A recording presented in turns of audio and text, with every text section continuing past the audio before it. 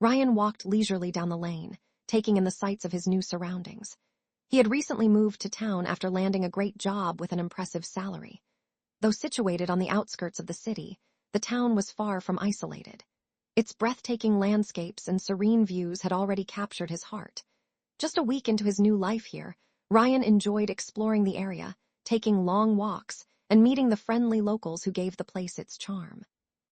As Ryan turned the corner, he accidentally collided with a young woman, and they both tumbled to the ground. "So sorry," he said quickly, scrambling to his feet. The girl, her face partly hidden behind a cascade of silky black hair, looked up and offered a gentle smile. "It's all right," she replied as she stood gracefully. She was striking, her eyes warm and expressive, her smile effortlessly charming. "I wasn't paying attention either," she added with a light laugh. Ryan introduced himself, apologizing once more.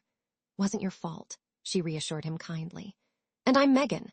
They shared a laugh, a brief but genuine moment of connection before going their separate ways. Though Ryan soon found himself absorbed in work, the memory of his brief encounter with Megan lingered in his mind like a haunting melody. He felt inexplicably drawn to her. There was something about her, something he couldn't quite name, that refused to fade from his thoughts. Every time he went for a walk, his eyes instinctively searched for her in the crowd. Then one evening, something unexpected happened, something that would alter the course of his life. As he was returning from the office, he saw Megan running toward him. Before he could utter a word, she threw her arms around him in a sudden, desperate embrace. Stunned, Ryan stood frozen, anxious, surprised, and unsure of what to say. Then a deep, stern voice broke the moment. "Who is he?" Ryan turned to see a tall, lanky man in his early 60s standing a few feet away, his expression sharp and commanding. "Papa, he's Ryan, my boyfriend," Megan said, her voice trembling slightly. Ryan was taken aback, stunned by her words. He looked at her, speechless. "Since when have you been seeing him?" the man demanded, his gaze fixed squarely on Ryan. Uncertain of how to respond, Ryan simply extended his hand in a gesture of goodwill. But the man ignored it, grabbing Megan's arm and pulling her away with him. Ryan stood there motionless, watching her disappear down the road, still trying to make sense of what had just happened. The next day was a holiday, and Ryan was enjoying a slow, leisurely morning. After waking up late, he sipped his coffee, appreciating the calm. Just then the doorbell rang. Surprised, he wasn't expecting anyone. He set his mug down and went to answer it. To his astonishment, Megan's father stood at the door, his face tense with fury. "Where's Megan? Where is my daughter?" he demanded, his voice sharp and accusatory. "Sorry, sir, but she's not here," Ryan replied calmly, though taken aback. The man breathed heavily, clearly struggling to contain his emotions. His cold eyes bore into Ryan before he muttered something under his breath and turned away without another word. What a scoundrel, Ryan thought, shaking his head as he closed the door and returned inside. After finishing his breakfast, he opened his laptop to tackle some unfinished work. But before he could begin, the doorbell rang again. This time, as he opened the door, he was met with a far more welcome sight. Megan stood there, smiling warmly. "Can I come in?" she asked softly. Ryan stepped aside, gesturing her in. As she entered, her eyes wandered curiously around the apartment. "I didn't know a bachelor could keep his place this tidy," she teased with a playful smile. Ryan chuckled. "Oh, I'm out most of the time, so it pretty much stays the way it is," he replied, grinning. "I'm sorry about what happened yesterday," Megan said softly as she settled onto the couch. Ryan gave her a gentle smile. "Well, now I'm curious. I think I deserve to hear the full story," he said playfully, trying to lighten the mood. Megan's expression grew somber, her voice barely above a whisper. "My mother passed away when I was around 7. That was when everything changed. My world. It just collapsed." She paused, staring down at her hands. "My father never remarried, but I never felt any love from him. It's just the two of us in that house, yet we live like strangers. We hardly speak. I don't even remember the last time I truly laughed." Ryan listened intently, his heart aching for her. "Life feels like a prison," Megan continued, her voice trembling slightly. "He monitors everything I do. I'm not allowed to go out, not allowed to talk to anyone, just trapped in silence." "Don't you have any friends?" Ryan asked gently. She gave a faint, sorrowful smile and shook her head. Without a word, Ryan reached out and pulled her into his arms, holding her close. He pressed a tender kiss to her forehead, wishing he could take away her pain. He wanted to protect her, to give her the love and freedom she'd never known. Resting her head against his chest, Megan went on quietly. "Yesterday, my father had gone out of town. but before leaving, he locked me in the house, like always. I couldn't take it anymore, so I climbed out of the window and ran. I met a few friends, laughed a little, felt alive. But as I was returning, I saw him. He saw me too, and I panicked. She paused, her voice trembling with the memory. I ran, and suddenly you were there. I didn't know what to do, I just hugged you. It felt safe. Life continued in this fragile balance. Megan's moods would sometimes shift unpredictably. There were days when she was full of laughter and light, and others when she seemed withdrawn and somber. But Ryan never questioned it. He understood her situation, respected her emotional scars, and stood by her without complaint. Then, one day, Megan's father appeared at Ryan's door once again, his face flushed with rage. I told you to stay away from Megan. I know the two of you are still seeing each other, he barked. This time, Ryan was prepared. Sir, he said calmly, but firmly, your daughter is an adult. She has the right to choose whom she wants to be with. And if you ever show up at my door again to threaten or harass me, I won't hesitate to call the police. Megan's father glared at him with cold fury but said nothing more. Without another word, he turned and walked away. Work had consumed Ryan in recent weeks. His boss had become increasingly demanding, pressing him to complete a crucial presentation ahead of schedule. The pressure was intense, and the ultimatum even harsher. Finish it, or lose your job. Caught in this storm of deadlines and expectations, Ryan found himself spending less and less time with Megan. Their stolen moments became rare, and tension crept into their relationship. They argued more often, mostly over time or the lack of it. Ryan knew Megan needed him, craved his presence, but he was torn between love and responsibility. One night, after working through the evening and barely catching a few hours of sleep, Ryan was startled awake by a phone call at dawn. The voice on the other end was trembling. His boss had met with a tragic accident and had died on the spot. Still groggy and disoriented, Ryan rushed to the hospital. The sterile corridors and cold fluorescent lights did nothing to soften the shock. The man who had pushed him relentlessly just yesterday was now gone, suddenly, irrevocably. Ryan stood in disbelief. Life, he realized, could change in a single moment. The funeral was held the following day. Afterward, Ryan returned home, emotionally drained. And for the first time in weeks, Megan was there waiting for him. Her face lit up the moment she saw him, and without words they embraced, long and close. That evening was different. Megan cooked for him, her laughter light and effortless. The scent of warm food filled the room, but it was her presence that comforted him most. She made him feel seen, cherished, as though to her he was the only person in the world who mattered. But a few days later, something changed. Ryan, caught in the haze of grief and unfinished work, suddenly realized that Megan hadn't come by in nearly a week. She hadn't returned his calls, nor replied to his messages. It wasn't like her. Megan had never vanished like this before. A growing sense of unease took hold of him. Worry turned into fear, and then suspicion. His thoughts inevitably turned to her father. Without a second thought, driven by concern and frustration, Ryan rushed to Megan's house. The old wooden gate creaked as he pushed it open, his heart pounding in his chest. The air was unnaturally quiet, the house still. He walked up to the door and knocked, firmly, anxiously. There was no answer. He knocked again, louder this time. Still silence. His worry deepened, and his fist curled tightly as he stood there on the doorstep, afraid of what he might discover inside. The door creaked open, and Megan's father appeared on the threshold, his face drawn and expression unreadable. Without a word, Ryan stormed past him, fury in every step. "Megan!" he shouted, calling her name again and again as he searched the house, room to room, his voice echoing against the silence. But there was no trace of her. Finally, overcome with desperation, Ryan grabbed the old man by the collar and shoved him against the wall. "Where is she?" he demanded, his voice trembling. "What have you done to her?" For a moment the man didn't respond. His eyes, sorrowful and dim, met Ryan's with a haunted stillness.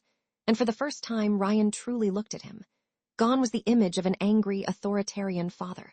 Before him stood a tired man, worn down, not just by age, but by grief and something deeper. There was no rage in his eyes, only regret, and pain. Ryan's grip slowly loosened. "Please," he whispered, voice cracking. "I just want to see her, tell me where she is." The old man held his gaze for a long moment, then gave a small, silent nod. "I think," he said softly, "you deserve to know the truth." Without another word, he picked up his keys and motioned Ryan to follow. Wordless, Ryan did. His chest tight, mind racing, heart praying with every passing second. But then the car stopped. Ryan looked up in disbelief. An asylum. A mental health facility. He felt the ground shift beneath his feet. The old man got out and walked ahead, his steps slow, reluctant. Ryan followed, his legs moving as if through water. His breath was shallow, the sterile scent of antiseptic stinging his senses. They passed white walls, quiet corridors, the world around them dim and distant. At last, they stopped outside a room, a small, barred cell with a single bed inside. Ryan hesitated. He didn't want to look. He already knew. Some part of him had known the moment the car had stopped. But still, he turned his head, slowly, like waking from a nightmare, and looked inside. There she was.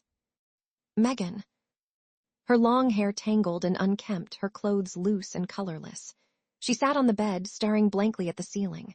Her eyes, those bright, dancing eyes that once lit up when she laughed, were now hollow, still, unblinking, as though they no longer saw the world. "Megan, Megan, my baby," her father called softly, pressing his hand against the glass. "Look who's here."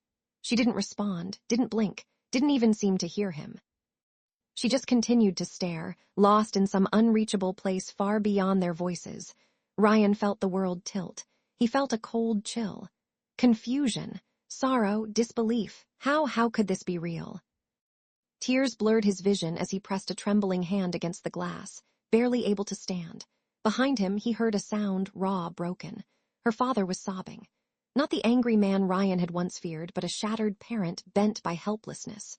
Ryan stood frozen, pain tightening around his chest like a vice. Megan, the girl who made his world brighter, who had held him like he was her only anchor, was now unreachable, locked inside her own mind. He pressed his forehead against the glass, whispering her name, a single tear sliding down his cheek. Megan, but the ceiling was all she saw. Their visiting time was up.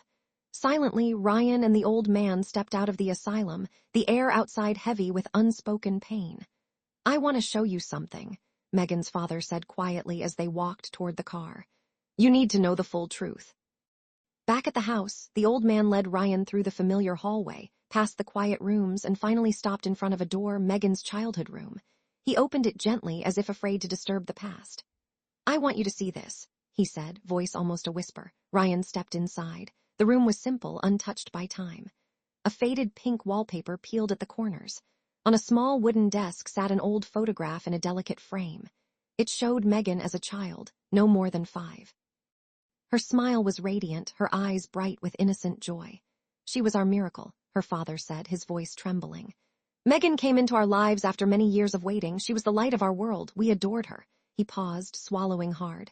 "When she turned 5, I gifted her a small puppy. She was thrilled, played with it day and night, giggling as it followed her everywhere. But after a few days, something changed. She grew bored, distant." Walked over to the corner of the room, his hand brushing against the edge of the bed.